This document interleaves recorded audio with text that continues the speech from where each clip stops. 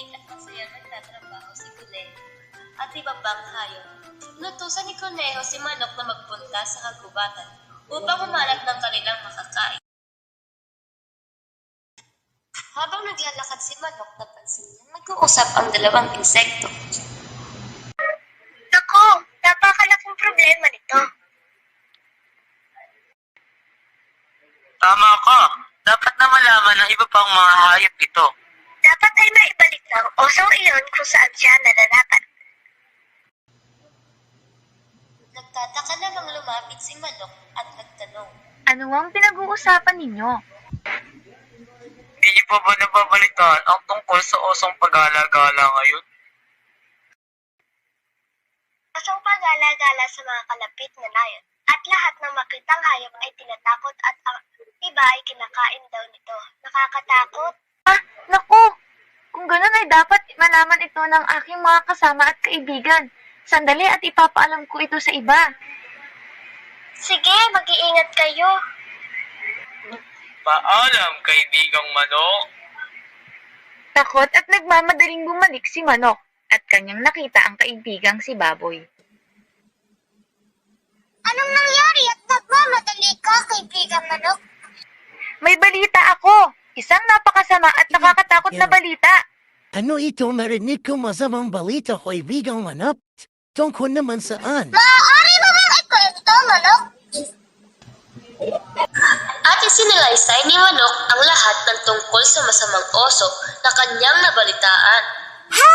Nakakatakot! Dapat ay magpaalis o mahuli ang oso sinasabi mo, kaibigang Manok. Tama, gumawa tayo ng paraan para hindi mo yari ulit yan. At baka pati ang tahimik nating nayon ay mapurisyo niya.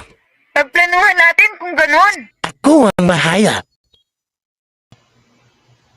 Habang nagpaplano ang magkakaibigan, sa kabilang banda, naghahanap na naman na mabibiktima ang oso. Narating niya ang kalapit-layo ni Conejo. Nang makita siya ng mga hayop na naninirahan dito, natakot ang mga ito at mabilis na umalis at nagtago. Habang nag-uusap para sa kanilang plano, napansin naman nilang nagtatago si Baboy. Anong ginagawa mo dyan, kaibigang Baboy? Natatakot kasi ako sa oso at sa pwede nitong gawin sa atin. Ano ka ba naman, kaibigang Baboy? Napakaduwag mo talaga. Huwag mo naman pagtawanan, kaibigang Manok. Huwag kang matakot, kaibigang Baboy. Magkabasama naman tayo. Tama, hindi ka namin pababayaan. At ipinagpatuloy nila ang pagpaplano. Kinaumagahan, habang natutulog si Oso, ay nagising ito sa isang himig na kanyang narinig.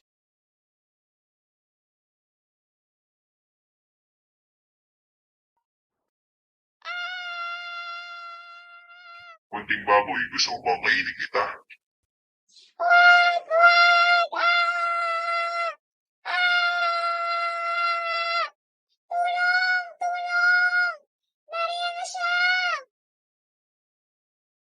Habang patuloy na hinahabol ni Oso ang maliit at takot na baboy, hindi niya namalayan na mayroon palang patibong na nakahanda para sa kanya.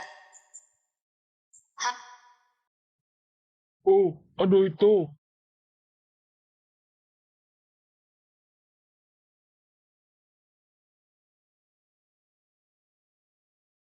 Nakaramdam ng takot si Baboy dahil sa sinabi nito. At doon lumabas na nga ang mga kasama niya. Sandali! Kumalma ka! Papagawalan ka namin sa isang kondisyon. Kung ipapangako mo, hindi mo kami sasaktan.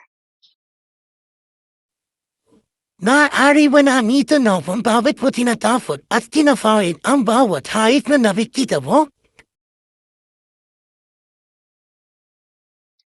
Ngunit yun ang bali-balita.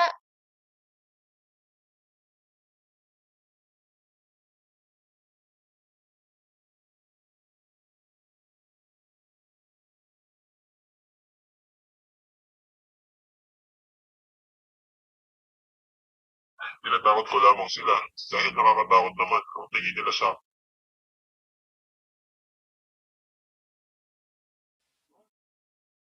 Bakit ba eh? Yun lang naman ang pinaniniwalaan nila. Kami, naniniwala kami.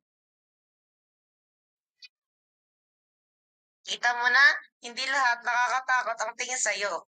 Nandito kami, naniniwala hindi ka masamang oso. Kung ganon, maaari ko ba kayong maging kaibigan?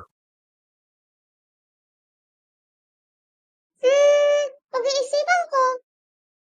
Ano ka ba naman, baboy? Oh, sige na nga. Talaga, kaibigan ko na kayo. Oo naman. Hindi kayo natatakot sa akin. Siyempre naman hindi. Dahil alam naman namin ang patulang mga ugali. Maraming salamat sa pagtanggap ninyo sa akin. Wala yun, kaibigan.